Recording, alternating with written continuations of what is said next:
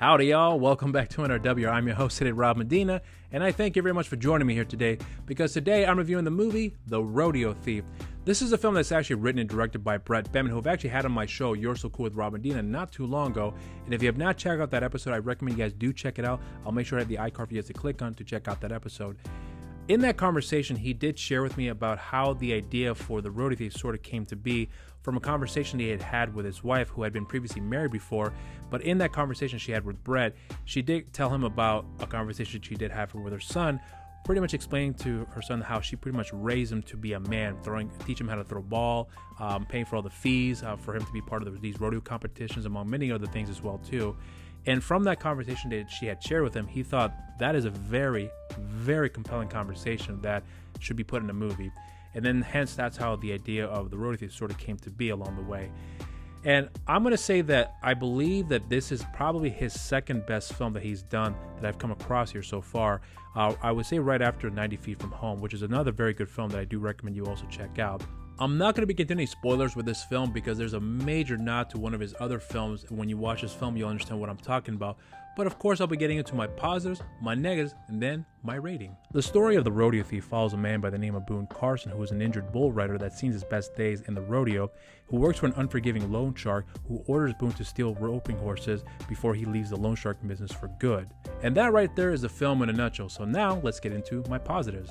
My first positive is with the cast, especially with the lead actor in Tom Hallam, who I think is a truly wonderful, and I'm talking about a really, really good actor. You get to see where the flaws of the character comes through, where he has been has had a lot of difficulty to truly be good to those who are closest to him, especially with his girlfriend, who has been by his side no matter what, to the point where she's always visiting his mother and taking care of her, who has been diagnosed with a severe sickness, and always been there for him despite his bad decision making that he's made along the way, to the point that pretty much just destroyed the relationship. But yet she still has feeling for him, but is not willing to commit to him anymore, even though he definitely loves her and wants to be with her. So there's something about that relationship, although we don't get to spend a lot of time with that side of the story, but you get enough to really feel for what's going on, because a majority of the film is actually following his journey for the loan sharking job that he takes on here. But what I also want to highlight too with him before I move on to the next thing, because I know I'm kind of going off on a tangent, is that Tom Hallam for me is a hidden gem in the industry, as I mentioned before, because what he's been able to pull off here, it's top tier level stuff in my opinion, because there's a level of complexity when his character has to be ruthless, but then there's a good side of him where he is in a very rough situation and still maintains, I guess you could more or less say, a moral code, if you will.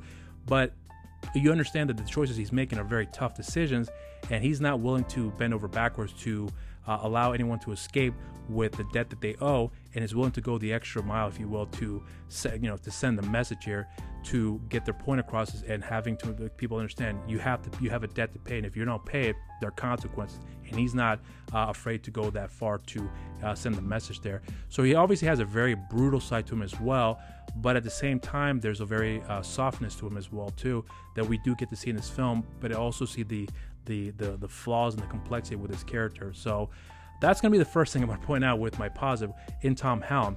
As far as the other cast are concerned, the main villain in this movie, Robert Keith, is another Brett Bettman veteran who has been in a bunch of his movies as well too. The one thing about this character that he plays, who again is more or less the villain in this movie, this is a character that if given to the wrong person who may have taken it over the top, I don't think the film would have worked as well. So you definitely need to have a good villain to be able to go up against the hero of the film. But the performance that we get from Robert Keith is a very grounded performance, but it almost in some ways kind of gets close to that over the topness, but never crosses that boundaries, if you will. I'm not sure if I'm making sense when I'm explaining that. I'm sure if you watch the film, you'll understand where I'm coming from, but he definitely has that almost over the topness behind his performance, but it's still a very grounded performance, as I mentioned previously. I hope that makes sense. But the strength of Robert Keith's performance in this film is that there's a side of him where you get to see that he's a very understanding person, but at any moment's notice, he's willing to just cut people off if he doesn't get his way. And at the end of the day, he's only looking out for his own best interest, even though he does show hints of humanity. But at the end of the day, it's all business for him.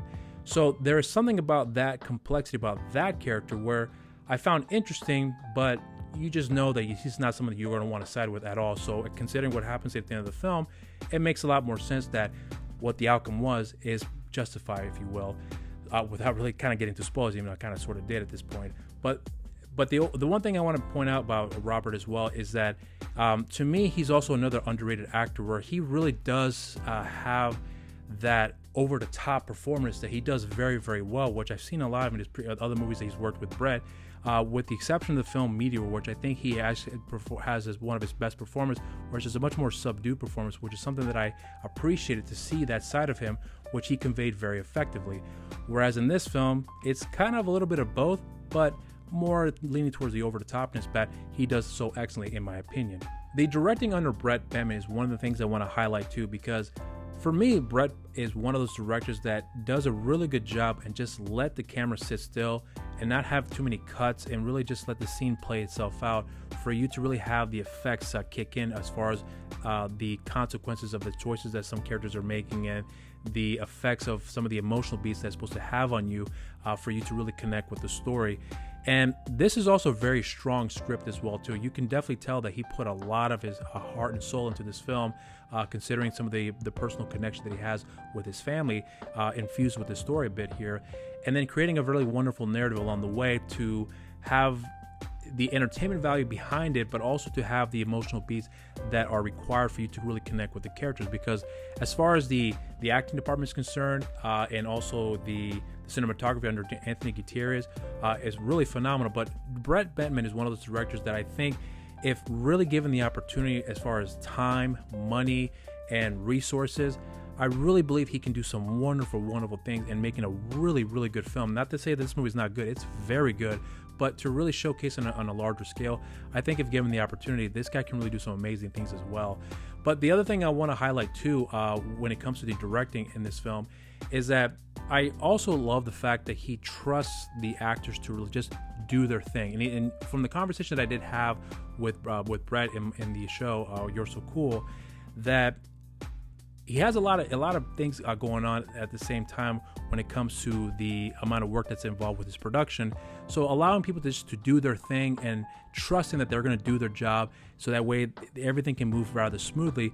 You can tell that for me, it worked that way with this film. It's really, really a smooth looking film. It's a really beautifully paced film as well too. So I do know that when it comes to Brett's directing here and him trusting everyone else around him to do their job, it shows in the film as well. I also love the fact that the film has a lot of scope where you can actually see and feel Texas, if you will, if that makes any sense. Because I've never been to Texas before, but when I watched that movie, there's a certain identity that the film has where you watch and you can think right away, this looks like Texas. It's actually helps complement the story in a lot of ways too, obviously considering that the Texas culture is very much infused with the story, but there's something about the feel of Texas that I really do appreciate that comes through this film, that when I watch some of his other films, especially with a movie he had done called Honor Among Thieves, which is very much based all in Texas for the most part, it definitely had the same vibe to it as well. But this movie in particular, for me, you really get to feel Texas, if that makes any sense. And I really did appreciate that as well too. One last positive I want to point out is with the actor Billy Blair. For me, Billy Blair has some of the best scenes in the movie where he actually starts off the film in a really light note. And considering that the movie has a very dark overtone to it, a lot of heavy dramatic beats in the film. And the beautiful thing about having him in the film is that he does help balance out the heaviness of the film with some of the more lighter parts of the movie too that he brings with the film. But it never feels out of place. It actually works with the film. It's weaved in beautifully, in my opinion. And he definitely does have a way to lighten up the situation, considering that Tom Hallam, who's delivering a very strong, heavy performance, where you are dealing with a lot of these dark overtones, and then having a moment of comedy, which isn't over the top comedy, it's just really subtle things with Billy's performance that really worked very well, in my opinion. So having that in the movie, I think, was one of the best things about the film. So for me, I think that Billy Blair is one of those secret ingredients that when you watch him, you know that it's going to be a good time with him in that scene. But having that balance of the comedy and the dramatic beats does work very well for this movie. So now that's going to be the end of my positives. Now let's get into my negatives. My first negative is with the actress that plays Tom Holland's mother in the movie. I'm only highlighting actually one thing that really stuck out for me as far as what a sticking point for the movie, and it's the introduction that we first get with her in the film. I felt like her performance in that scene was rather stale. It wasn't very good. Tom Holland was great in that scene, but her performance, on the other hand, unfortunately didn't really work for me. It was a little off-putting for me because you have a great actor in Tom Holland who's doing a phenomenal job in carrying the scene. The actress playing his mother, on the other hand, wasn't really up there as far as I was concerned. But what was funny though is that as the film progresses, she actually got better with her acting. So I'm not sure what it was that had happened for her to have that stale performance, and then it got better along the way. But once I saw that progression with her acting getting better with the story, I actually felt really good about that, because I was afraid that was going to be the major sticking point that was going to take me out of the film, because that did take me out of the scene when we first get introduced to her. The next negative is actually with the villain in this movie. Now, Robert Keith's performance is not the issue at all. As I've already mentioned before in the positives, that he's actually really good in the film. The problem that I have with the villain in this film was this. There are some threats that he makes in this movie, especially towards Boone, where Boone's uncle is actually serving time in prison, and Robert Keith's character is telling Boone that I can have your uncle killed in prison right now from sitting behind his desk like that. So he clearly has influence, but you never really felt that influence in the film. Like, it's because the performances were so good as far as the interaction with the characters done by Tom Holland and Robert Keith, that you really do believe what's being said there. And considering that Boone is really taking this threat very seriously, so there's something about the level of influence that he definitely does have that we never really got to see, that I actually would have liked to see a little bit more to really get a fleshed out story with this character. Not that he's just a very typical villain. It wasn't that for me. I think there's something more complex behind the character that I would like to see more of here, but we never really got a lot of time to spend with the character to really understand the amount of influence he does have. But overall, though, as I mentioned before, the performances were so good that I never really questioned it that much, but it was something that was always stuck out for me that I would like to see a little bit more to really get the feel for the overall threat and the influences this villain does have in the community. The last negative is with the runtime. The film, to me, is too short. There's so much good material in this movie that are presented with the story, even though I said earlier that it's handled beautifully when it comes to the pacing. That's still very much true. The problem that I had, as I mentioned before, with the villain is that there are certain things that are presented that I wanted more time with to really get a more fleshed out story with certain characters, especially with the villain, but also with the relationship that Boone has with his ex-girlfriend, where you do get a proper exposition about their history, but you don't really spend enough time with them to really see the whole story play itself out. They do eventually rekindle the relationship as you see in the film, but I wanted something more out of their relationship, because I feel like there's a lot of potential that we could have gotten more out of that story. But with what we got, really does make an impact, and it does help carry the story and push it forward. But I just wanted more time. So I felt like there were certain things that we could have spent more time on that we didn't get. But with what we were presented, did work very effectively. But I just wanted more time. So now that's the end of my negatives here. Now let's get into my rating. I really do like this film. I'm actually coming to the point to say that I really do love this movie, because the more I watch the film, the more I start to appreciate what I've come across with this film.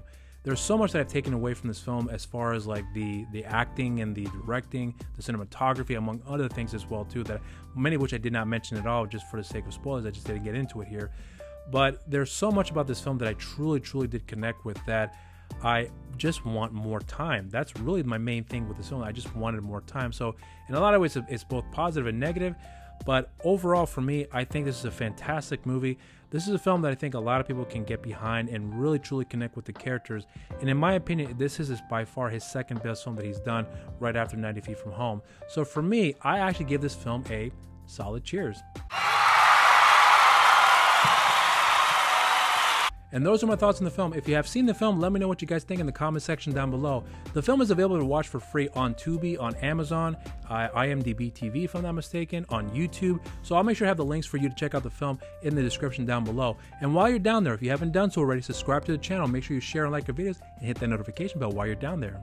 Follow us on our social media accounts on Instagram and Facebook, New Release Wednesdays, and on Twitter @TheNRW. And you can follow me on my social media accounts on Instagram, Rob_Medina0585, on Twitter, RobMedina0585, and on Facebook, simply just Rob Medina.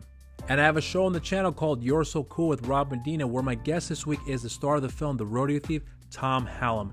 This is an actor, as I mentioned before, that you all should keep an eye here for, because this guy is an incredible, and I'm talking about a really good actor. So be sure to keep an eye out for that episode that'll be posting on the channel this coming Thursday. But we also have social media for the show as well too. On Instagram, You're So Cool with Rob Medina, and on Twitter, You're So Cool WRM. And I would like to thank you all very much for checking out this review. I hope you guys did enjoy it, and until next time, stay safe out there and cheers.